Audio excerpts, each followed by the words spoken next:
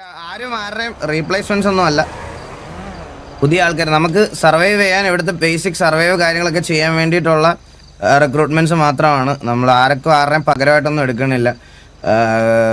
ഇപ്പം ഞാൻ വേറൊരു കാര്യം മെയിനായിട്ട് നിങ്ങളോട് പറയാനുള്ളതെന്ന് പറഞ്ഞാൽ, ഇപ്പോൾ ഒരു സിറ്റുവേഷനോ എല്ലാം ഇനിയിപ്പോൾ വരുവാണെങ്കിൽ തന്നെ നമുക്ക് നമ്മളെ ലീഡ് ചെയ്തുകൊണ്ടിരുന്ന ആൾക്കാരും എല്ലാം അറിയാം നിങ്ങൾക്ക്. അപ്പം അങ്ങനെ ഇവിടെ അങ്ങനെ ലീഡ് ചെയ്യാനും ഒന്നും അങ്ങനെ ആൾക്കാരായിട്ട് ഇപ്പം ആരും ഇല്ല.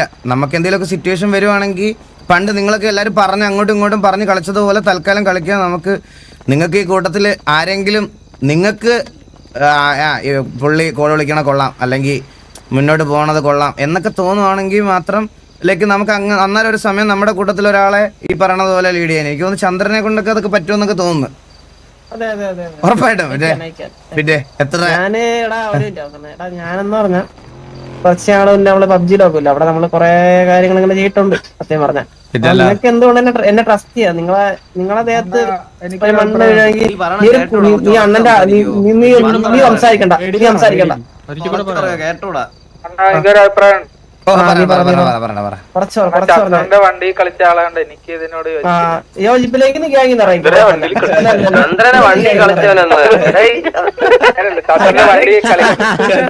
വണ്ടി കളിച്ചവനാ.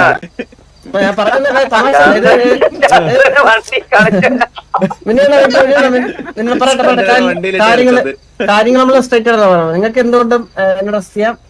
എല്ലാവിധ ഇതും ഉണ്ടാവും കേട്ടോ.